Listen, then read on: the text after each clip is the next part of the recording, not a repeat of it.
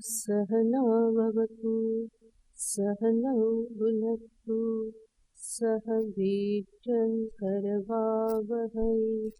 तेजस्विनावधीतमस्तु मा विद्विषावहै।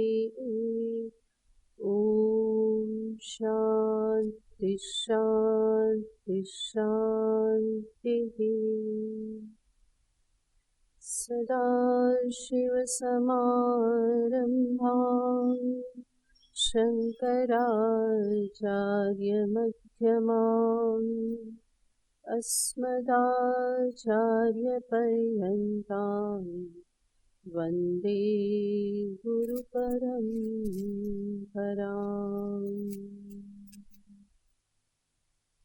श्रीभगवानुवाच नाहं वेदैर्न तपसा न दानेन न चेज्यया शक्य एवं विदो द्रष्टुं दृष्टवानसि मां यथा भक्त्या त्वनन्यया शक्य अहमेवं विदुर्जुन ज्ञातुं द्रष्टुं च तत्त्वेन प्रवेष्टुं च परन्तप मत्कर्म कृन्मत्परमो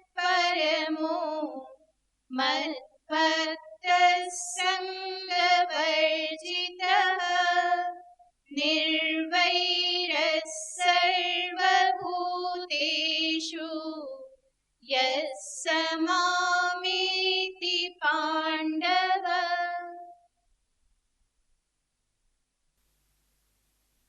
અગિયારમા અધ્યાયમાં છેલ્લા શ્લોકમાં જે કહેવામાં આવ્યું, મત્કર્મ કૃત મત્પરમઃ મદ્ભક્તઃ, ત્યાં જે ભગવાને સાધનાના સ્વરૂપો દર્શાવ્યા એનું જ વિસ્તારથી નિરૂપણ આ 12મા અધ્યાયમાં છે, જેને ભગવાને ભક્તિયોગ એવું નામ આપ્યું છે. અધ્યાયના વિષયમાં પ્રવેશ કરતા પહેલા પૂર્વ ભૂમિકા રૂપે જોઈએ તો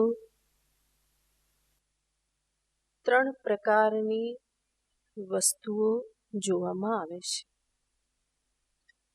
વસ્તુના સ્વરૂપ 3 પ્રકારે જોવામાં આવે છે. એક કહેવાય છે અસત્ય સ્વરૂપ, બીજું કહેવાય છે સત્ય સ્વરૂપ અને ત્રીજું કહેવાય છે સત્યાસત્ય સ્વરૂપ. અસત્ય, સત્ય અને સત્યાસત્ય. असत स्वरूप असत्य को असत को સમાન અર્થ છે. એવું અસત સ્વરૂપ જે કહેવામાં આવે છે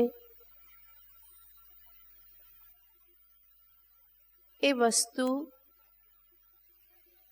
હકીકતમાં કોઈ સ્વરૂપ હોતું નથી, શબ્દ માત્ર હોય છે.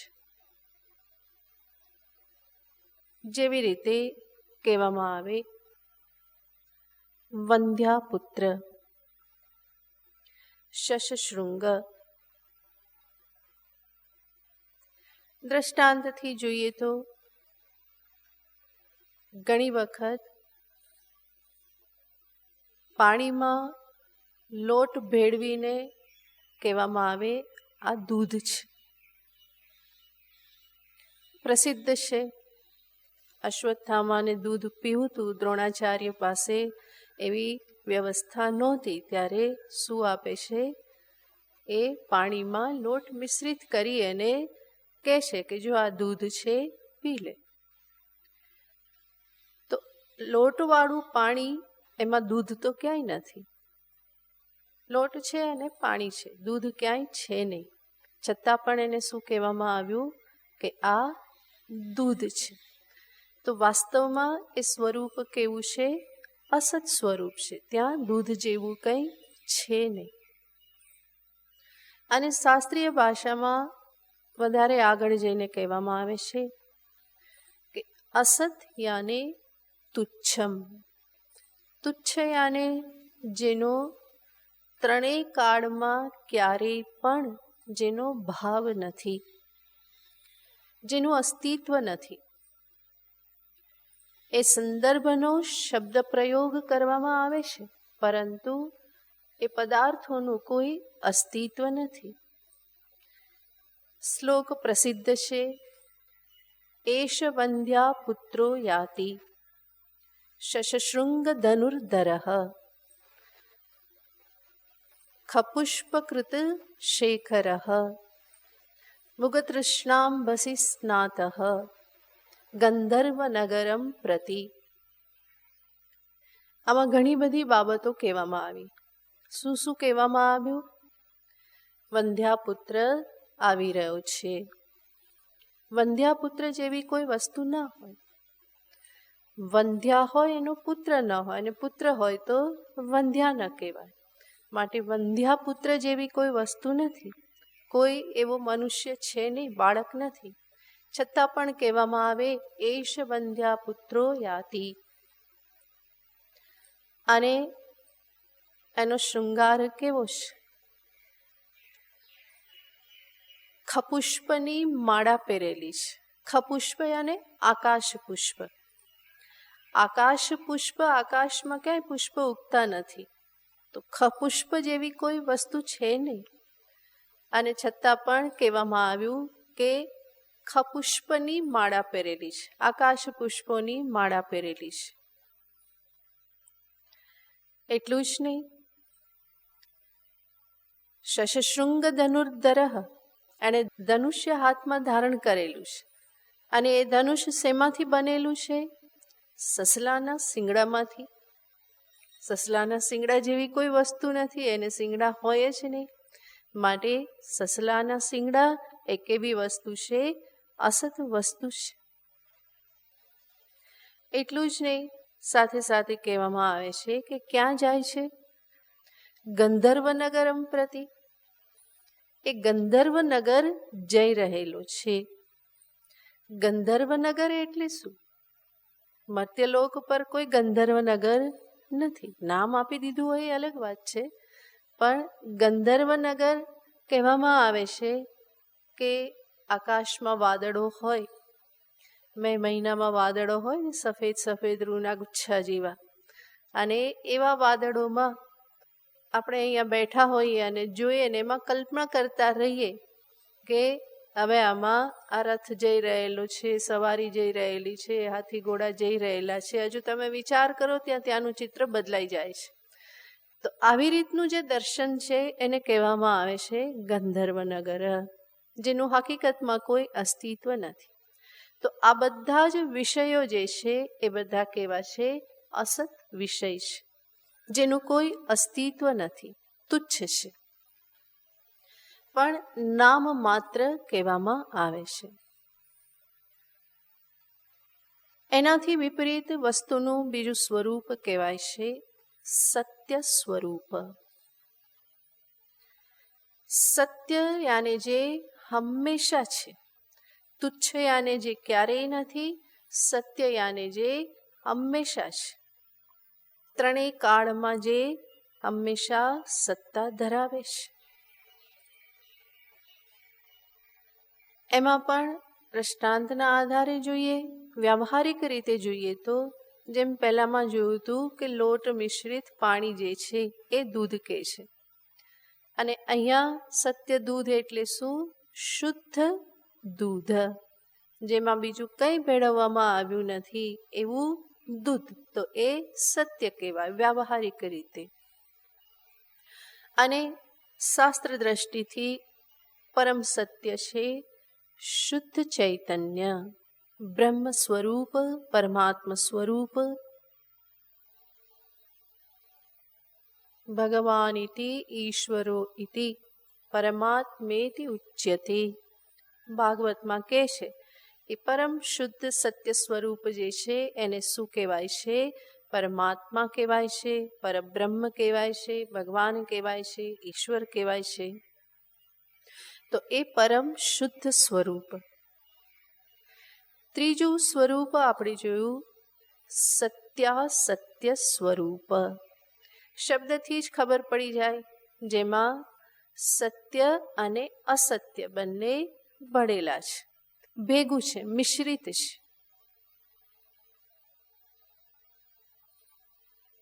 જેવી રીતે દૂધમાં પાણી ભળેલું હોય, પાણીવાળું દૂધ એ કેવું છે? અડધું દૂધ છે અને અડધું જલ છે. તો એ સત્યાસત્ય સ્વરૂપ, એ મિક્સ થયેલું ભેળસેળવાળું સ્વરૂપ છે. અને શાસ્ત્રીય દ્રષ્ટિએ જોઈએ તો સત્યાસત્ય સ્વરૂપ શું છે? સમસ્ત વ્યવહારિક જગત જે છે એ સત્યાસત્ય સ્વરૂપ છે.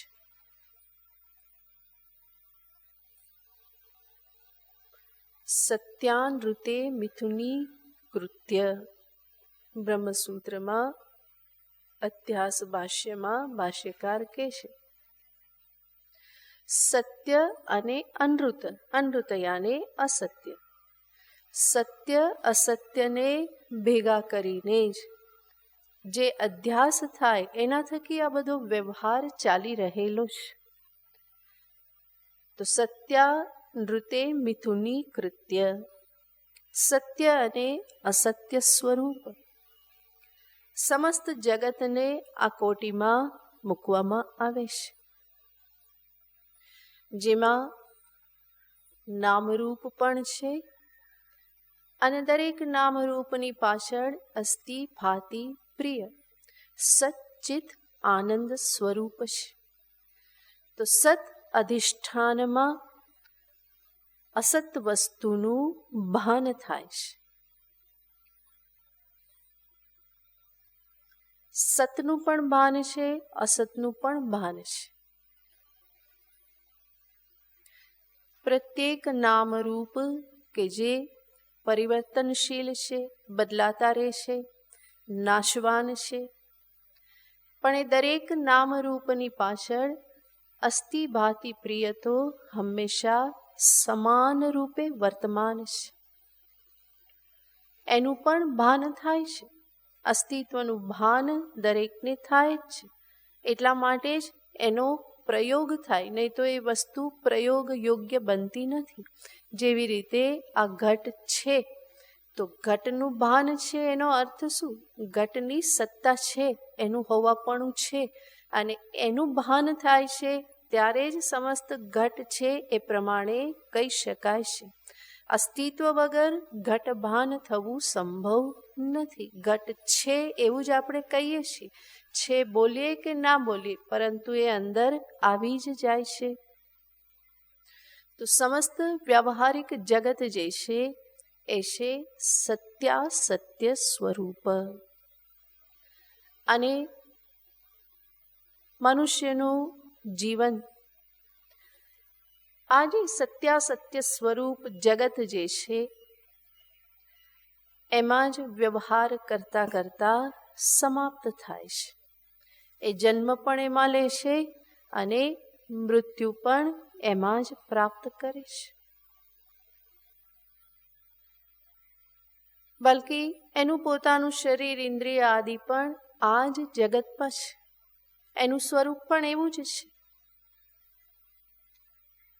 અને એટલા માટે સત્યાસત્ય સ્વરૂપ એવું આ શરીર, જગત, આ બધું મનુષ્યને માટે એટલું બધું સ્વાભાવિક છે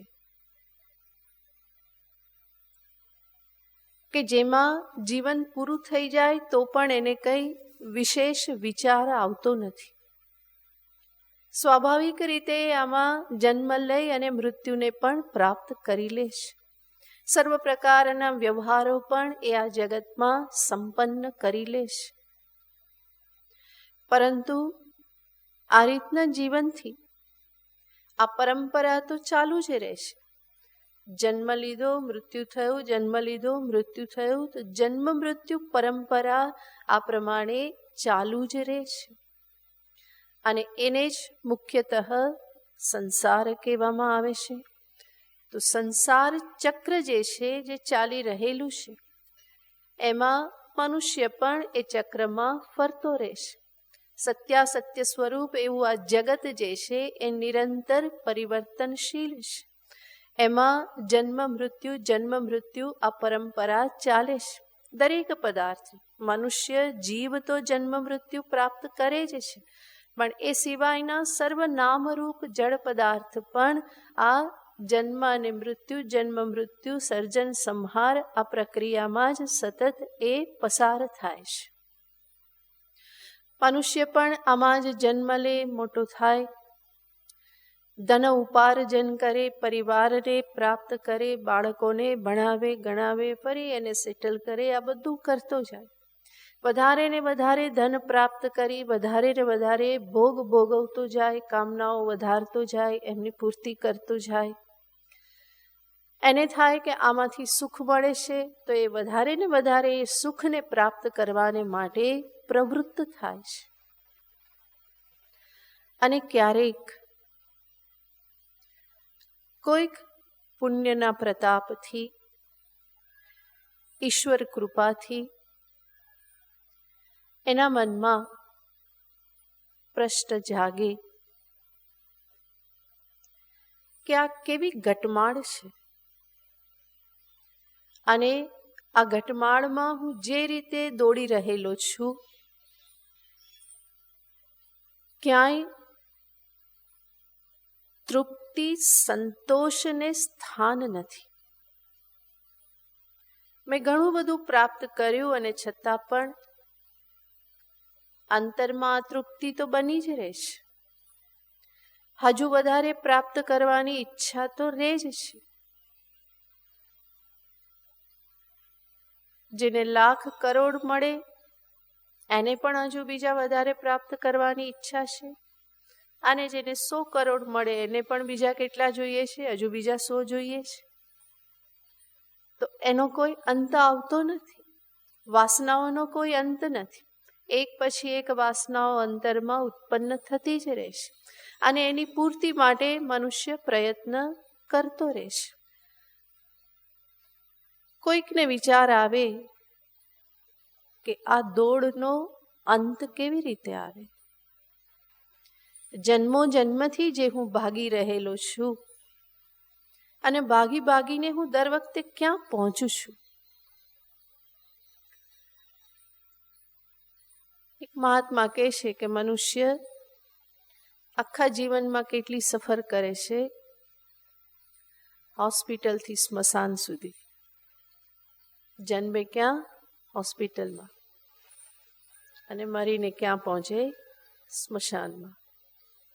આટલી યાત્રા એ કરે છે. અને એમાં પણ હકીકતમાં જોઈએ તો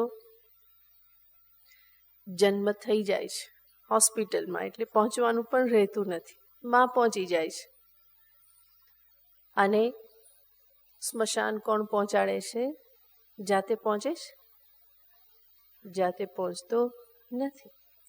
કોઈક ઉપાડીને પહોંચાડી દે છે. તો સર્વ મળીને વિચાર કરે તો એ ક્યાં પહોંચ્યો? ક્યાંય પહોંચતો નથી. આવી પડ્યો અને જતો રહ્યો, આવી પડ્યો અને જતો રહ્યો. આ જ ઘટમાળ છે. આવી રીતના વિચાર ક્યારેક અંતરમાં જાગે, પોતાને જાણવાની જિજ્ઞાસા અંતરમાં જાગે કે વાસ્તવમાં હું કોણ છું? ઈશ્વર કોણ છે? આ જગત કોણે બનાવ્યું? આવા પ્રશ્નો જ્યારે અંતરમાં જાગવા લાગે તો એ માનવની સત્ય માટેની ખોજ પ્રારંભ થાય છે. જે અત્યાર સુધી ક્યાં છે? સત્ય એવા સ્વરૂપમાં જ રમમાણ હતો. હવે એ જાણવા માંગે છે એવી તે કઈ વસ્તુ છે કે જે સ્થિર હોય, જે હંમેશા હોય, જે મને પ્રાપ્ત થાય અને ફરી ક્ષીણ થઈ જાય, ફરી જતી રહે એવું ન હોય. ધન આવ્યું, ધન ગયું, પરિવાર વસાવ્યો, પરિવાર છૂટો પડ્યો, સત્તા આવી અને સત્તા ગઈ, માન સન્માન મળ્યા, માન સન્માન ગયા. આ બધું આવે છે અને જાય છે. સ્તુતિ થઈ, ફરી નિંદા પણ થઈ, સ્તુતિ બધી જતી રહી અને હવે શું સાંભળવા મળે છે? નિંદા સાંભળવા મળે છે. નિંદા જતી રહી, ફરી વખાણ સાંભળવા મળે છે. તો આ બધું બદલાતું રહેશે. જિજ્ઞાસા થાય કે શું એવી કોઈ સ્થિર વસ્તુ છે કે જે હંમેશા રહે અને જેનાથી મને તૃપ્તિ પ્રાપ્ત થાય, જેનાથી મને અલંબુદ્ધિ પ્રાપ્ત થાય કે બસ હવે બીજું કંઈ ના જોઈએ. જેવી રીતે જમ્યા પછી કેવી તૃપ્તિ થાય, બસ હવે નહીં. કોઈ આગ્રહ કરીને જમાડે અને બરાબર ફૂલ થઈ ગયા હોય અને પછી રસોઈ બનાવનારી ગૃહિણી આવે, મારા હાથે તો ખાધું જ નહીં, અને ત્યારે કેવું લાગે? હવે નહીં, હવે નહીં, બસ બસ પેટ ભરાઈ ગયું, હવે નહીં. ગૃહમાં માટે બધા એવું જ કરતા હોય. જમાડી લે ને પછી ગૃહિણી આવે કે મારા હાથે તો લીધું જ નહીં. પણ એ તૃપ્તિ કેવી થઈ જાય છે? નહીં એટલે નહીં, હવે તો નથી જ જોઈતું, બહુ થઈ ગયું. આ તૃપ્તિ સર્વ વિષયો માટે હંમેશા ટકી રહે એવી કોઈક સ્થિતિ હોવી જોઈએ. ભોજન પછીની તૃપ્તિ સાંજ પડે તો ફરી અતૃપ્તિ થઈ જાય છે, બધું ખાલી થઈ જાય છે. ફરી એનું એ હવે ભૂખ લાગી, જલ્દી જમવા આપો. જેવું ભોજનમાં એવું જ અન્ય વિષયોમાં પણ છે. અને મનુષ્યનું મન જે છે એ બહુ ચંચળ છે. એને જલ્દી જલ્દી નવું નવું જોઈતું હોય છે. ઉત્સાહિત હોય, બહુ જ એક્સાઇટેડ હોય કંઈક પ્રાપ્ત કરવાને માટે. એ મળી ગયું, આનંદ થયો, કેટલા વખત રહે છે, પછી એ બહુ સામાન્ય થઈ જાય છે. નવા કપડાં આવ્યા, નવું એક્ટિવા આવ્યું, નવી ગાડી આવી, પછી એ કેવું થઈ જાય? સામાન્ય થઈ જાય. હવે ફરી પાછું કંઈક નવું જોઈએ છે, હજુ કંઈક નવું જોઈએ છે, આનાથી કંઈક નવું જોઈએ છે. તો એનો કોઈ અંત નથી. મનુષ્ય વિચાર કરે તો ખ્યાલ આવે કે આ હું કેવા વમળોમાં ફસાતો જઉં છું. એક પછી એક વમળમાં ફસાતા જવાય છે. સ્થિરતા, શાંતિ, પરિતૃપ્તિ, સંતોષ, આ બધું જાણે ઘણું દૂર હોય એવું લાગે. તો આવી રીતનો વિચાર જે વ્યક્તિના અંતરમાં સ્ફુરવા લાગે એ સત્યનો શોધક બને છે. અને જે દુન્યવી સુખને છોડીને કોઈક દિવ્ય, અલૌકિક, નિત્ય, સ્વાધીન એવા સુખની ખોજમાં જ્યારે લાગે તો શાસ્ત્ર એને રસ્તો બતાવે છે. આ માર્ગે આગળ વધ, આ માર્ગે તને પ્રાપ્ત થશે. અને આપણા શાસ્ત્રો જાણે છે દરેક મનુષ્યની પ્રકૃતિ ભિન્ન ભિન્ન છે, સંસ્કારો જુદા જુદા છે. અને એટલા માટે બધાને એક સાથે કહી દેવામાં આવતું નથી કે તમે આ રીતે ચાલો, પરંતુ ભિન્ન ભિન્ન પ્રકૃતિના આધારે આપણા શાસ્ત્રો દરેકને સાધન માર્ગ દર્શાવે છે. ગંતવ્ય તો એક જ છે, બધાએ પ્રાપ્ત કરવાનું છે એ એક જ છે, પણ ત્યાં સુધી પહોંચવા માટે જે પ્રક્રિયા જે છે એનો પ્રારંભ અલગ અલગ રીતે થઈ શકે.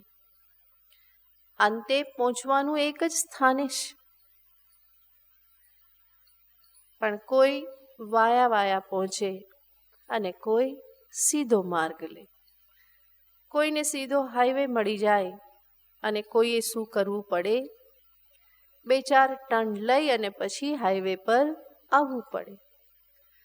તો એવી જ રીતે શાસ્ત્ર પણ ભિન્ન ભિન્ન માર્ગ દર્શાવે છે, અને માર્ગ છે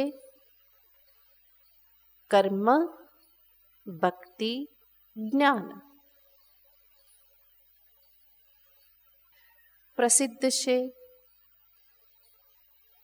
યોગસ્ત્રયો મયા પ્રોક્તા. ભગવાને ભાગવતમાં કહેલું છે 3 યોગ મારા વડે કહેવામાં આવેલા છે, અને 3 યોગ છે કર્મયોગ, ભક્તિ યોગ, જ્ઞાન યોગ. ગીતામાં પણ આ જ 3 સાધનનું નિરૂપણ છે. અને આ 3 માર્ગના અધિકારીઓનું પણ નિરૂપણ ભાગવતમાં કરવામાં આવેલું છે. કોણ અધિકારી છે? તો કહેવામાં આવ્યું નિર્વિણ્ણાનામ ન્યાસિનામ જ્ઞાનયોગઃ. નિર્વિણ્ણાનામ જ્ઞાનયોગો ન્યાસિનામિહ કર્મણામ. કર્મસુ યાને 2 શબ્દ વાપરે છે. જ્ઞાનયોગ કોના માટે? નિર્વિણ્ણાનામ યાને જે વૈરાગ્યવાન છે, જેને જગતની ઉપલબ્ધિઓની મર્યાદા સમજમાં આવી ગઈ છે. અને એટલા માટે જગતના વિષયો, સ્થૂળ વિષયો, સૂક્ષ્મ વિષયો, આ બધા પ્રત્યે મહત્વ બુદ્ધિ નથી રહી. નાસ્તિ અકૃતઃ કૃતેન. જેને સમજમાં આવી ગયેલું છે મારે જે સ્થિર નિત્ય વસ્તુ જોઈએ છે એ અનિત્યથી ક્યારેય પ્રાપ્ત નહીં થાય. નિત્ય સુખ અનિત્ય સાધનોથી ક્યારેય પ્રાપ્ત નહીં થાય. ગમે એટલા સુખના ટુકડાઓ ભેગા કરીએ તો પણ એ નિત્ય સુખની તોલે નહીં જ આવે. જેવી રીતે હજારો કરોડો કીડીઓ ભેગી થાય તો પણ હાથીની તુલનાએ આવે? ના આવે. કેટલી કરોડો કીડીઓ ભેગી થાય, હાથી જેવું બળ થાય? નહીં થાય. હાથીની તુલનાએ નહીં આવે. એવી જ રીતે અનેક વિષય સુખના ટુકડાઓ ભેગા કરીએ એ પરમ સુખની તુલનાએ કંઈ જ નહીં હોય. તો જેને સમજાઈ ગયું પરીક્ષ્ય લોકાન કર્મચિતાન નિર્વેદ માયાત, જેણે કર્મથી જે પણ આ સુખ પ્રાપ્ત થાય છે એનું જેણે નિરીક્ષણ કર્યું, પરીક્ષ્ય લોકાન જેણે પરીક્ષા કરી, જોયું. પરીક્ષણ, ઈક્ષણ યાને જોવું, પરીક્ષણ યાને ચારે બાજુથી જોવું. અને જ્યારે સરખું ઈક્ષણ થાય, પરીક્ષણ થાય, તો મનુષ્ય એમાંથી ઘણું બધું શીખે છે, સમજે છે. તો એવો સાધક જેણે જગતના વિષયો, સુખો એની પરીક્ષા કરી અને જેના આધારે એને સમજાયું કે મને જે જોઈએ છે એ આના થકી મળવાનું નથી, અને એના પરિણામે નિર્વેદ માયાત, જેને વૈરાગ્ય પ્રાપ્ત થયો. શું વૈરાગ્ય પ્રાપ્ત થયો? આ મારા કામનું નથી. વિષયો, વિષય સુખ, માન, સન્માન, સ્તુતિ, સત્તા, શબ્દ, સ્પર્શ, રૂપ, રસ, ગંધ, આ બધા ભોગથી પ્રાપ્ત થતું સુખ, એ બધામાં જ એને સમજાઈ ગયું આ મારા કામનું નથી. મને જે જોઈએ તે અહીંયાથી મળી શકશે નહીં. અને એના પરિણામે એ બાજુની દોડ જેની અટકી ગયેલી છે, એને ભગવાન અહીંયા કહે છે નિર્વિણ્ણાનામ, વૈરાગ્યવાન જે છે. અને ન્યાસીનામ, ન્યાસીનામ યાને જે ત્યાગ કરવાને સમર્થ છે. ન્યાસ યાને મૂકવું, છોડવું, ત્યાગ કરવું. વૈરાગ્યવાન છે અને જે ત્યાગ કરવાને સમર્થ છે. તો વૈરાગ્યના પરિણામે જ વસ્તુ છૂટી જાય છે, ત્યાગ થઈ જાય છે. અને વૈરાગ્યથી થયેલો ત્યાગ જ ટકે છે. ત્યાગ ન ટકે વૈરાગ્ય વિના. છતાં પણ ઘણી વખત વૈરાગ્ય હોવા છતાં પણ છૂટતું નથી. એ છૂટે નહીં એનો અર્થ કંઈક સૂક્ષ્મ રૂપે અંદર આકર્ષણ રહેલું છે, કોઈક મહત્વ રહેલું છે, જેના પરિણામે છૂટતું નથી. તો ભગવાન અહીંયા કહે છે, ભાગવતમાં ઉદ્ધવને ભગવાન કહે છે કે ઉદ્ધવ, વૈરાગ્યવાન અને ત્યાગ કરવાનું જે સામર્થ્ય રાખે છે એમના માટે જ્ઞાન યોગ. આગળ કહેશે તેષુ અનિર્વિણ્ણ ચિત્તાનામ કામિનામ કર્મયોગ, જેને હજુ વૈરાગ્ય પ્રાપ્ત નથી થયું. કર્મ અને કર્મથી પ્રાપ્ત થતા ફળમાં જેને વૈરાગ્ય નથી આવ્યો. હજુ જોઈએ છે, વિષય સુખ જોઈએ છે, કર્મફળમાં હજુ રસ છે, માન સન્માન હજુ મેળવવા છે, સ્તુતિ પ્રાપ્ત કરવી છે, સત્તા પ્રાપ્ત કરવી છે. એ બધું સુખ હજુ જેને જોઈએ છે, વિષયનું સુખ, પ્રશંસાનું સુખ, સત્તાનું સુખ, તો એ બધી ઈચ્છાઓ છે. માટે શબ્દ વાપર્યો છે કામિનામ, જેમના અંતરમાં હજુ કામનાઓ છે, ઈચ્છાઓ છે. આ બધી એમના માટે કર્મયોગ રૂપી સાધના દર્શાવવામાં આવે છે. જ્યાં કહેવામાં આવે છે કે બરાબર કર્મમાં મહત્વ બુદ્ધિ છે તો કર્મ કરો, પણ કર્મને કર્મયોગ બનાવીને કર્મ કરતા કરતા આગળ વધો. એકદમ છોડી દેવાની જરૂર નથી. કર્મને જ તમારા કલ્યાણનું સાધન બનાવો.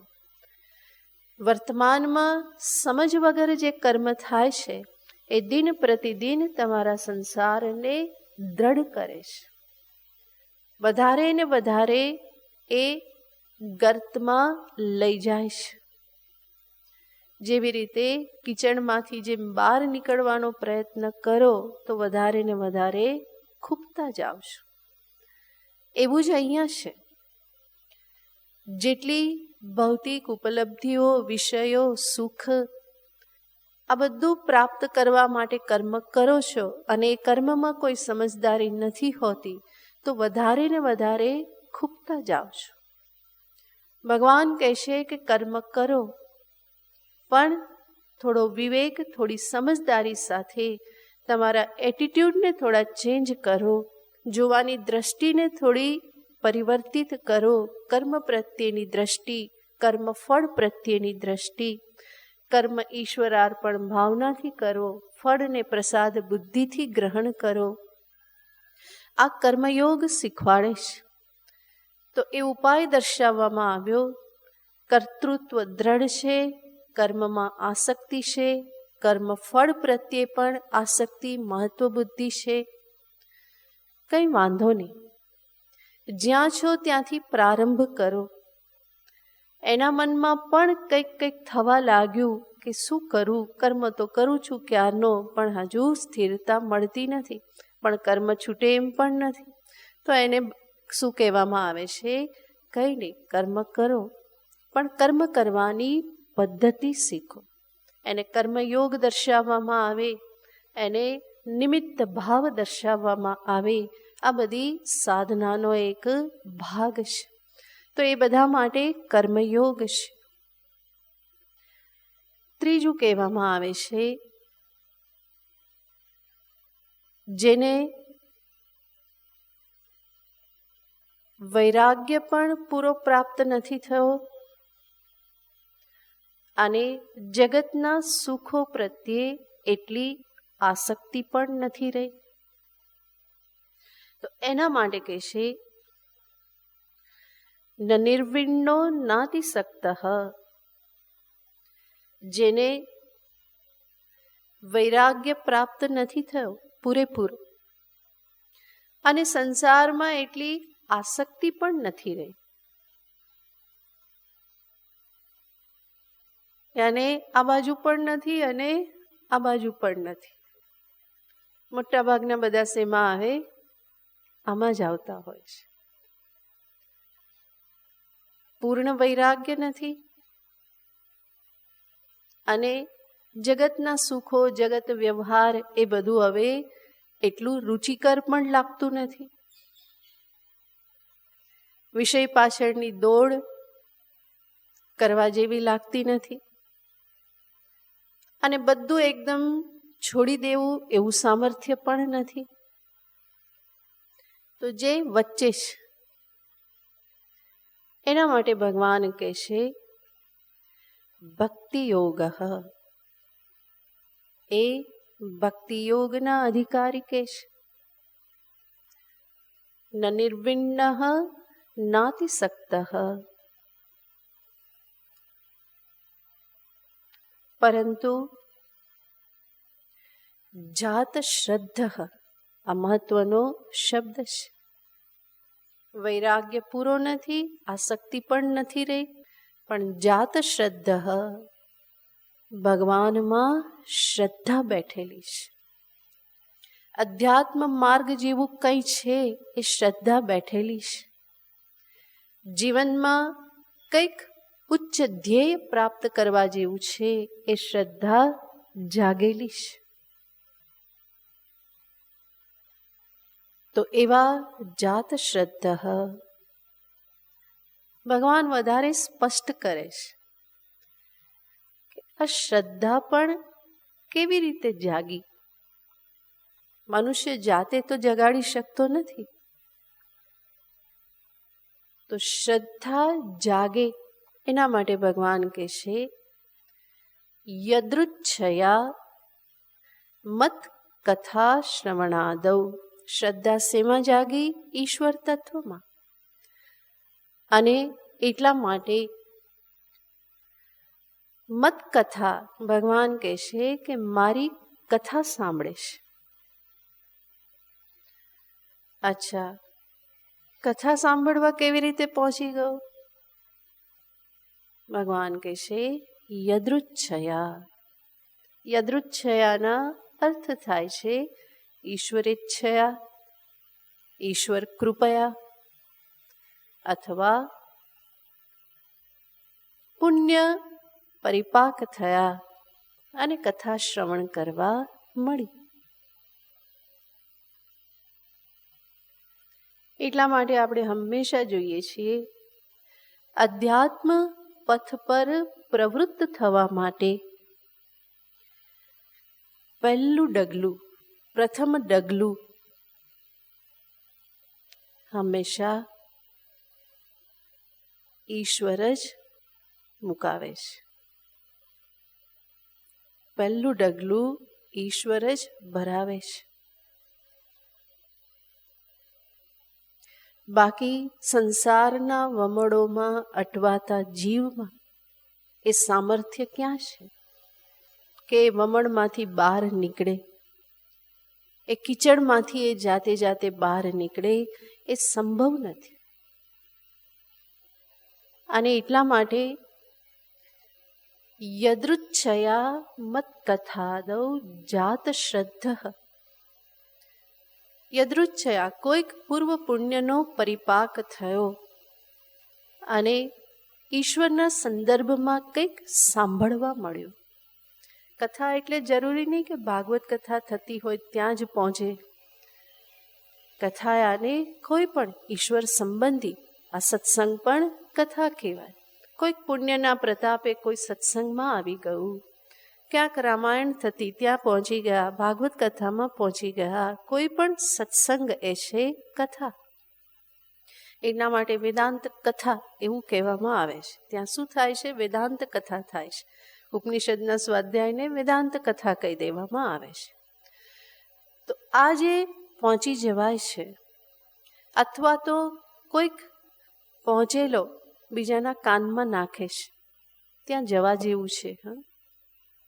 જાણવાનું મળશે, શાંતિ મળશે, અને એ આવી જાય છે. તો કોઈકના થકી કાનમાં પડે છે, એ કોઈકને પણ પ્રેરણા કોણ આપે છે કે આના કાનમાં આ શબ્દ નાખ? ઈશ્વર જ પ્રેરણા આપે છે કે આ સાંભળ. ઓનલાઈન સાંભળનારા કોઈને શેર કરતા હશે, જો આ સત્સંગ છે, આ સાંભળો, આ સાંભળો, આ ગમશે. તો એ બધું જ શું છે? ઈશ્વર કૃપા છે. પ્રથમ શરૂઆત જેવી રીતે કહેવાય કે બાળકને માં પહેલું ડગલું ભરાવે, ચાલતા શીખવે, એવી રીતે અધ્યાત્મ જગતમાં પરમપિતા પરમાત્મા પરમેશ્વર જીવને પહેલું ડગલું ભરાવે છે. યદૃચ્છયા મત કથાદૌ જાત શ્રદ્ધ. અધ્યાત્મ માર્ગનું રહસ્ય છે. પહેલું ડગલું ભગવાન ભરાવે છે અને છેલ્લી પૂર્ણાહુતિ પણ ઈશ્વર કૃપાથી જ થાય છે. પ્રારંભ પ્રભુ કરાવે છે અને સર્વ મહાપુરુષોનો એ નિજી અનુભવ હોય છે કે બ્રહ્માકાર વૃત્તિ ઈશ્વર કૃપાથી જ બને છે. પ્રયત્ન જરૂર કરે છે સાધક, અથાગ પ્રયત્ન કરે છે, રાત દિવસ એ સાધનામાં નિધિધ્યાસનમાં લાગી રહેશે. પણ એ જાણે છે બ્રહ્માકાર વૃત્તિ ઈશ્વર કૃપાથી જ બને છે. એનો અર્થ શરૂઆત કોણ કરાવે છે? પ્રભુ કરાવે છે. અને સમાપન પણ કોણ કરે છે? ઈશ્વર કરે છે. આદાવંતે ચ યદસ્તિ વર્તમાનેપી તત્તથા. શરૂઆત જે કરાવે, પૂરું જે કરાવે, તો વચ્ચેનું ગાડું બધું કોણ ચલાવે? એ જ ચલાવે. ઈશ્વર સિવાય, ઈશ્વર કૃપા સિવાય, અનુગ્રહ સિવાય અધ્યાત્મ માર્ગમાં આવવું, એના પર ટકી રહેવું, એના પર પ્રગતિ કરવી અને અંતિમ પડાવ સુધી પહોંચવું એ ઈશ્વર કૃપા સિવાય સંભવ નથી. પછી એ સાધક કર્મ માર્ગનો હોય, ભક્તિ માર્ગનો હોય કે જ્ઞાન માર્ગનો હોય, દરેકને માટે આ પરમ સત્ય છે. કર્મ ઈશ્વર ભક્તિ વગર કર્મયોગ બનતા નથી. કર્મને કર્મયોગ બનાવવા માટે પહેલા વ્યક્તિએ ભક્ત બનવું જ પડે છે. ઈશ્વરનો જીવનમાં સ્વીકાર કરવો જ પડે છે. કારણ કે કર્મયોગનું સ્વરૂપ છે ઈશ્વરાર્પણ ભાવનાથી કર્મ કરવા. હું જે પણ કર્મ કરું એને ઈશ્વરની પૂજા રૂપે કરવા. તો ઈશ્વરનો સ્વીકાર, એનું મહત્વ સ્વીકાર કર્યા વગર કર્મયોગ નહીં બને. કર્મનું બીજું પાસું કર્મનું ફળ. જે પણ ફળ મળે છે એમાં સમચિત્તત્વ જાળવી રાખવું, આ સાધના કહેવાય છે. સુખ દુઃખે સમે કૃત્વા લાભા લાભો જયા જયો. ભગવાન કૃષ્ણએ જ ગીતામાં કહ્યું છે, સુખ દુઃખ, જય પરાજય, લાભ નુકસાન, આ બધામાં મનને સમતામાં રાખવાનું છે. આ કર્મયોગની સાધના છે. કર્મફળ પ્રત્યે આવું સમત્વ ક્યારે સંભવ બને? જ્યારે હું વિચાર કરું કર્મ ફળ પર દ્રષ્ટિ નહીં, પરંતુ કર્મ ફળને આપનારો જે છે એના પર દ્રષ્ટિ રાખું તો અહીંયા સમત્વ જાળવી શકું. કે આ કર્મ ફળ પ્રભુનો પ્રસાદ છે. પ્રસાદમાં જે કંઈ પણ મળે એનો સ્વીકાર હોય, એને માથે ચડાવવાનું હોય. લાડુ મળે તો પણ અને ભભૂત મળે તો પણ. તો જ્યાં સુધી કર્મફળમાં પ્રસાદ બુદ્ધિ હું ન કેળવું ત્યાં સુધી એમાં સમત્વ બુદ્ધિ પણ નહીં આવે. અને પ્રસાદ બુદ્ધિ ત્યારે જ સંભવ બને જ્યારે હું ઈશ્વરનો સ્વીકાર કરું કર્મફળ દાતા સ્વરૂપે. તો કર્માધ્યક્ષ, કર્મફળ દાતા, આ સર્વરૂપે ઈશ્વર છે. આવું જ્યાં સુધી અંતરમાં સ્વીકાર ન થાય ત્યાં સુધી હું કર્મયોગી પણ બની શકતો નથી.